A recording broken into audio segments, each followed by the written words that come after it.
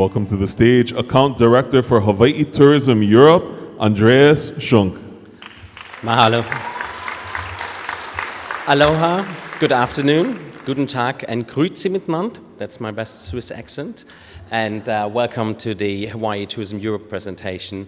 It's my first conference in Hawaii, and it's an honor to be here. And I'm excited to take you to our plans.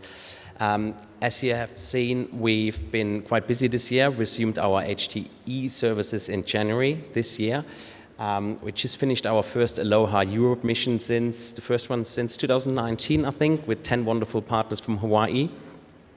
And yes, I'm taking you through our plan for 2025. Before I start, I would like to introduce our team. I'm based in Munich. Also with me in the Munich office is Julia, our account manager for Germany and Switzerland. Also based in Munich, but with us here this week, the wonderful Sabrina, our PR manager. Aloha, Sabrina. We do also have a team based in London with the lovely Fleur and Joe, our account and PR managers. And last but not least, also with us here this week, Chris Lee, managing director of the ETM group. Aloha, Chris.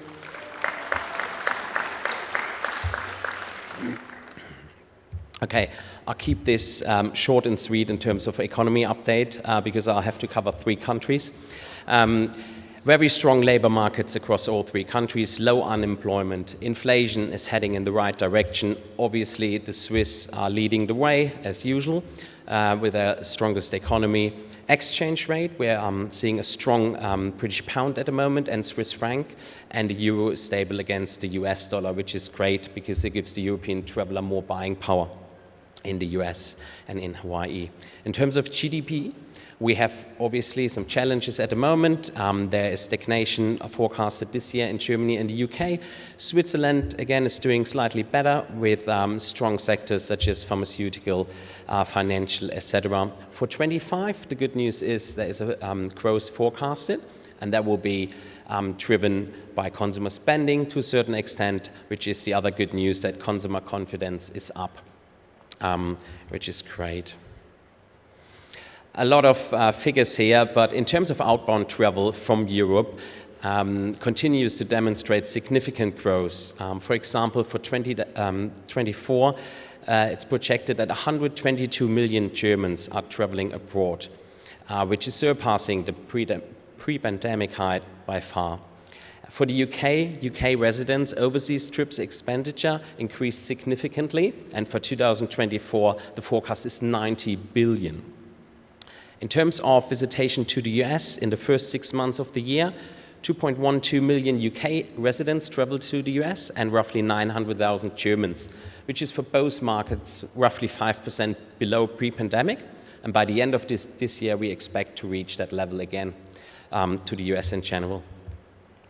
Travel trends, I mean, first of all, for Europeans, the annual holiday is a given. Germans have 30 days annual leave per year. The Swiss, they take sabbaticals, they take the kids out of school, they go for longer periods. So they travel a lot.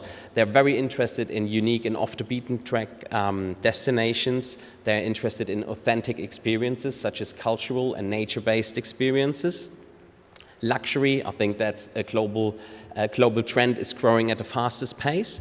And Europeans, not only in terms of traveling, also day-to-day life, sustainability is very important for us, and it's also a key factor when selecting a holiday destination. And it includes everything from hotels to transport, and also the activities when they are in the destination. It's a very competitive market, Europe, with a lot of destinations spending a lot of money. The good news is that the US is the #1 destination on the bucket list in general. According to BA Holidays, UK consumers are searching for Barbados, Cancun, Maldives, and Dominican Republic this year.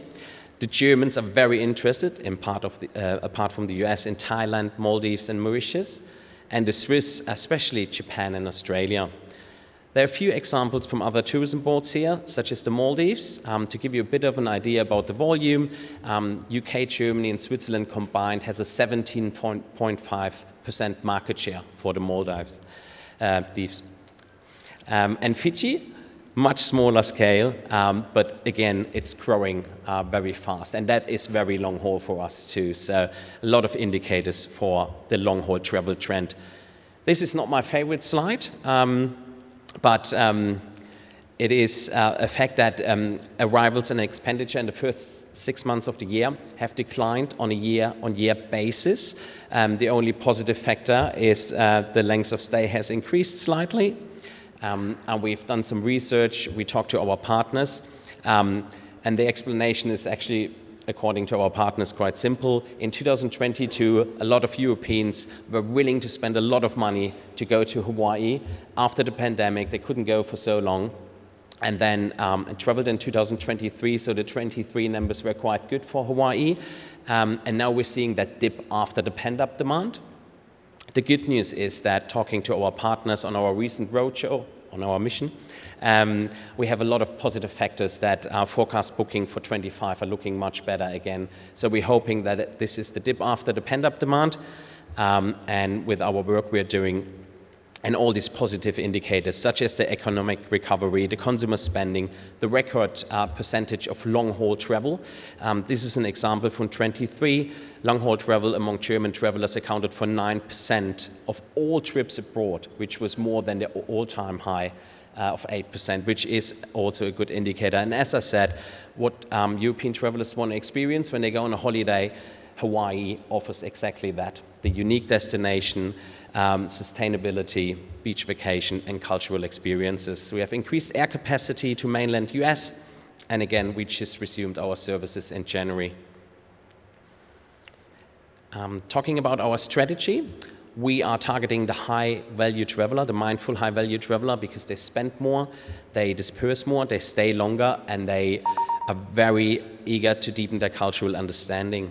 Across the UK, Germany, and Switzerland, there are about 15 to 20 million high-value travelers with an average income of a minimum of $100,000 US.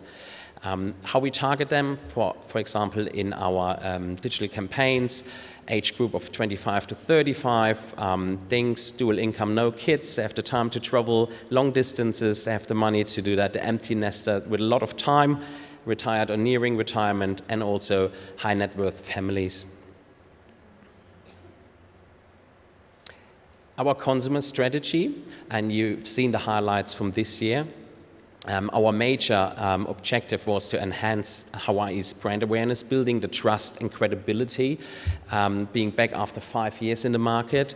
Our aim is to educate the target audience on the islands, its people and culture, and to engage with the target audience at pretty much every stage of the funnel and multiple touch points, and working with our tour operator, airline partners, and affinity brands.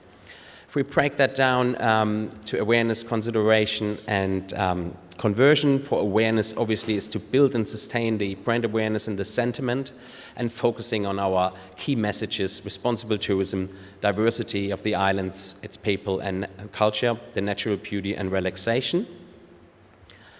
And in terms of the consideration, our aim is to deliver personalized content so that we can engage with the audiences, to encourage them to plan a trip to Hawaii, and to drive traffic to our HTA platforms, the website, social media, and collect data so that we can then retarget them in the conversion stage of the funnel, together with our tour operator partners, to stimulate bookings.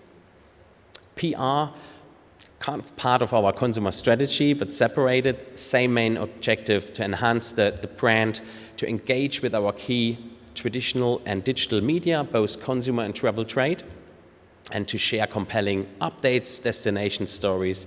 We do that via our press releases, proactive storytelling, media calls, and very important for our market, individual and group press trips. So in 25, we are planning again to send 2 groups over and 2 individuals, all of them visiting multiple islands.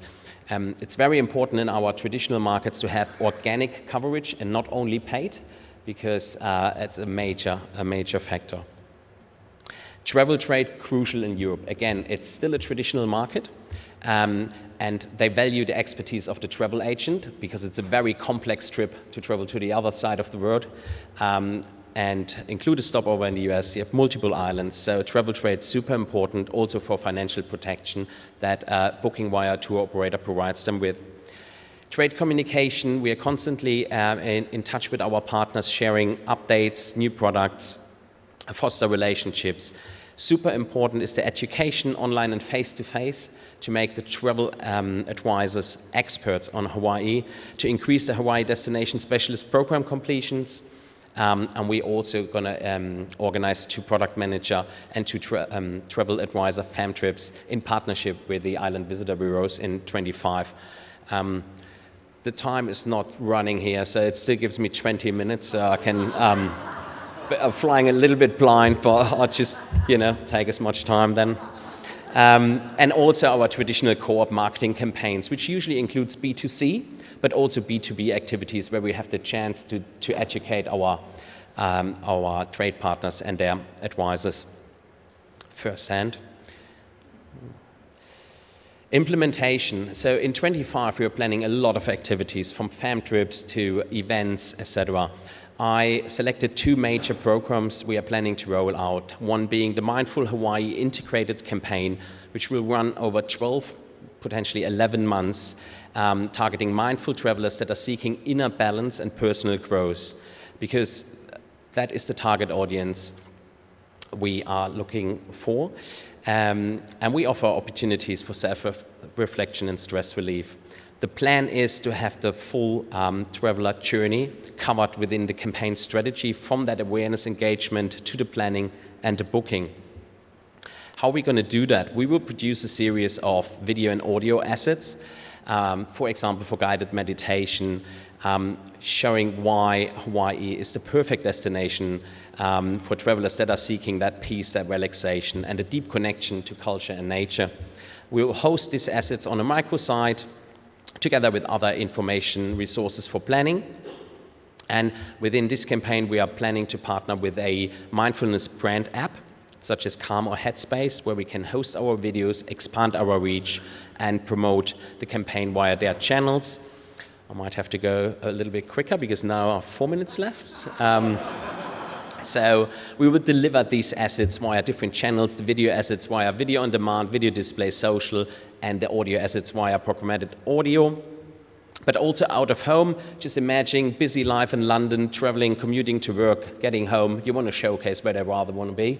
So, and with our retargeting activities, where we deliver them packages from our tour operator partners, we have the opportunity to fulfill the whole funnel, and we have technology that helps us with that. So we retarget them, they engage with our assets, been to the microsite, but also with targeting options such as the mobile location ID. We can actually target commuters that would have been exposed to our out-of-home screens. This is just how we're going to do that from a KPI perspective with our KPIs for our media buy in terms of impressions, reach, etc. And what we are doing is we are inviting tour operator partners to join our campaign. So they buy into our campaign. On a contra marketing perspective, we have an extended reach. We don't pay for their activities. They deliver the packages, which is a big benefit for us. And for this campaign, we are aiming to work with 6 partners in total, 2 per market. Now I'm going to be really quick. The other program I wanted to introduce is the Your Personal Aloha campaign. We know that AI personalization becomes more important for travelers. So we want to make sure we reach that traveler with this campaign.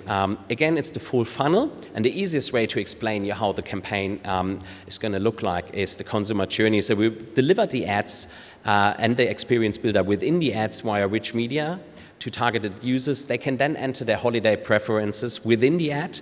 AI then curates a list of Hawaii experiences based on their preference, but I should add that we obviously brief AI beforehand. So we provide AI with a certain amount of content, master itineraries, etc. So which gives us the opportunity to include 2 islands, 4 islands, experiences, etc. The user will then click through to the microsite, where the user will find the itinerary, the suggestions, but also deals from our tour operator partners. So again, a full funnel. We collect the data and we retarget the user with a tactical offer aligned to their preferences and to their master itinerary.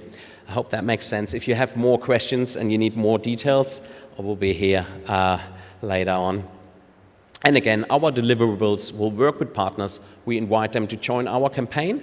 And one thing I want to mention, we still work with our tour operator partners and airlines on a traditional co-op basis. But this format works really well for us because we control the campaign, we control the messaging and the branding.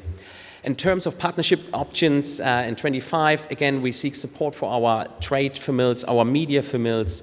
If you have exciting news, product news, please send them through to us. We need them for our press releases, for our trade newsletters, for our trainings. Share all your stories. If you want to be part of our campaigns, we work with our tour operators, so we can help you to step into their programs, to be part of our campaigns. So just come and see us. Sabrina, Chris, and I will be outside. And see, now I have 45 seconds left, but I think that's good. And I'll leave it there. Mahalo.